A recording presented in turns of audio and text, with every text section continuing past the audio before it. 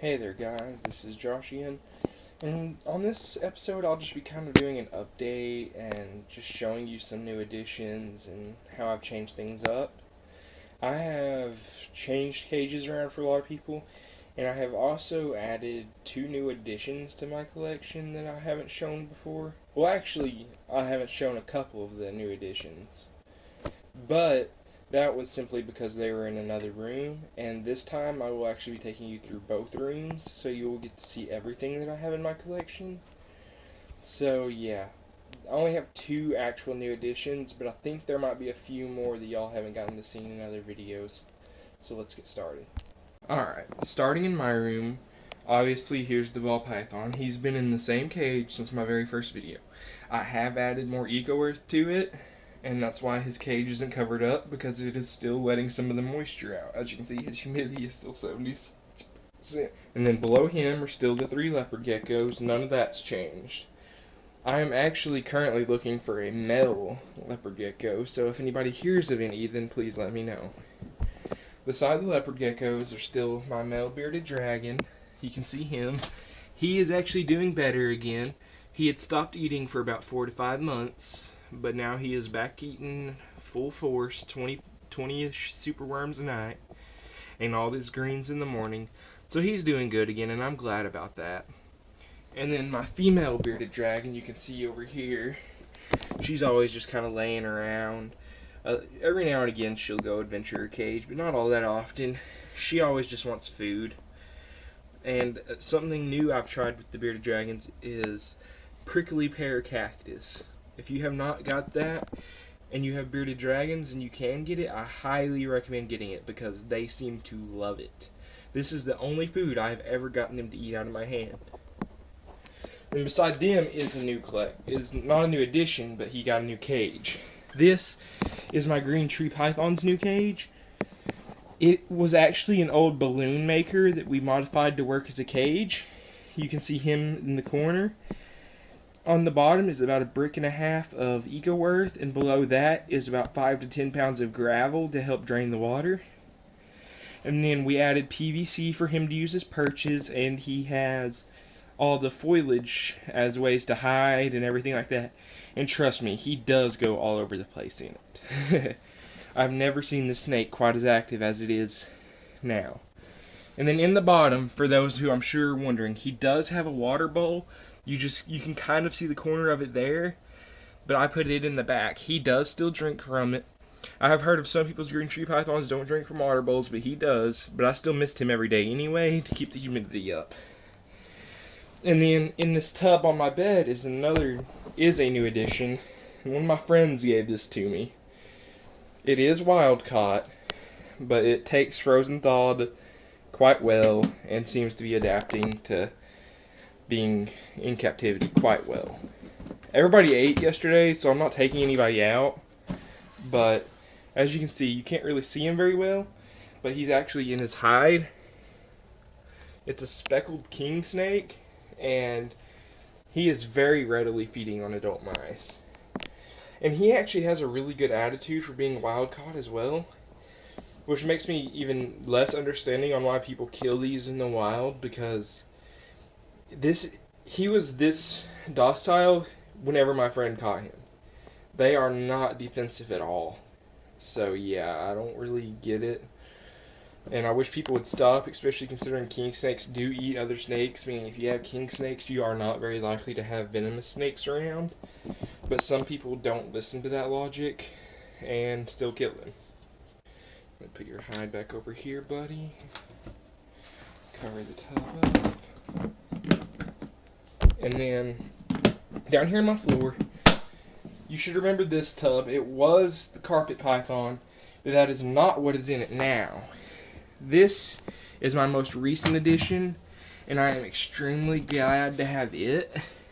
I will show you guys. One of my friends also gave me this. He actually gave it to me for free, and I'm very thankful to him for that. It is an baby albino green Burmese python.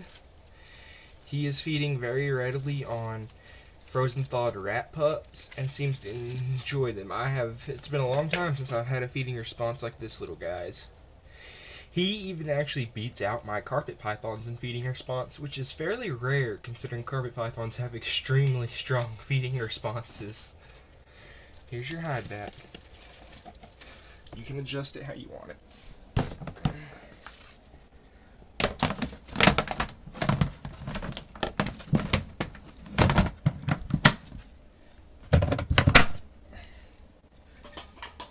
But he is extremely docile as well.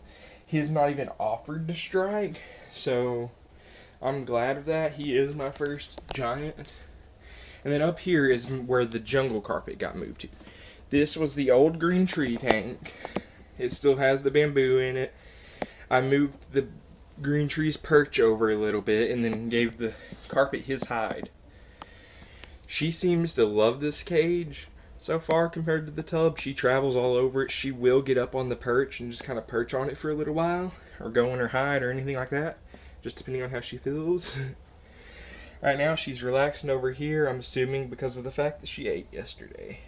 And now that I've showed you my room, let me move into the other room. Alright guys, here we are in the other room where I keep some of the reptiles. This 20-gallon long right here actually houses the baby carpet python that I used to keep in the 10-gallon in my room. He is currently under his hide, but he also has a habit of, once it gets later in the night, he will get up on this tree you can kind of see right there, and he'll just stay there all night looking for something.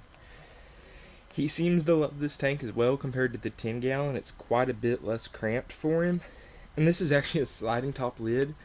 It's kind of funny because the sliding top's messed up. So we have the sliding top on there, and then we have another normal 20-gallon top lid tank on top of that, so that it can't be opened unless you move both lids at once. And then we have it clipped down, and we have weight on it. So there is no way the snake should be able to get out of this, even though he actually almost never tries, so I'm not that worried about him. But you never know. I've had snakes that I never thought tried that got out, so... And then over here is the big carpet python. You haven't seen him since a video a long time ago. This is a custom cage that we had built for him. It is probably about 4 feet tall by 2 to 3 feet wide by about 2 to 3 feet tall. And it has the sticks in it. It has about 2 bricks of eco earth and about another, and then about a couple pounds of cypress mulch in it, plus the branches. And then it has his tub of water, which he does soak in a lot, which I know some people say a lot of snakes soak whenever they have mites. He doesn't have mites. I have checked him quite regularly for mites, and he does not have them. It is that simple. He just loves soaking in his water dish. We have 2 bulbs up above. You can kind of see there and there. Those are for his daylight. And then in the middle we have a main heat bulb. Those are halogen bulbs, so they don't produce very much heat, but they do help a little bit. And I'm assuming that's another reason he stays in there. He is not overheated. I do check his temperatures regularly. This cage opens from the back. You can kind of see the wooden doors in the back. And then another door on the side that I use for feeding, actually. He is actually getting bigger, even though he's an adult. He is probably about 6.5 to 7 feet now. So I don't think he's quite as old as the people who sold us to him said he was, because he is getting quite a bit bigger. He's still feeding on frozen thawed large rats every week and has still quite a feeding response to them. So yeah, he loves his food. And then over here, we have 3 tanks. These are all 3 corn snakes that 2 of them are adults and one of them is a yearling. The bottom is a yearling red corn snake, who you can't really see. She's behind her hide. I'll see if I can get you where you can kind of see her. She just ate a small rat yesterday after not eating for 2 weeks, so she is full as can be. And then this is a snow corn snake female. You can see her in her tub. She shed a couple days ago and then ate yesterday, so she's staying hidden under heat light. And then up here is a anerary corn male, which will be bred to the snow next year.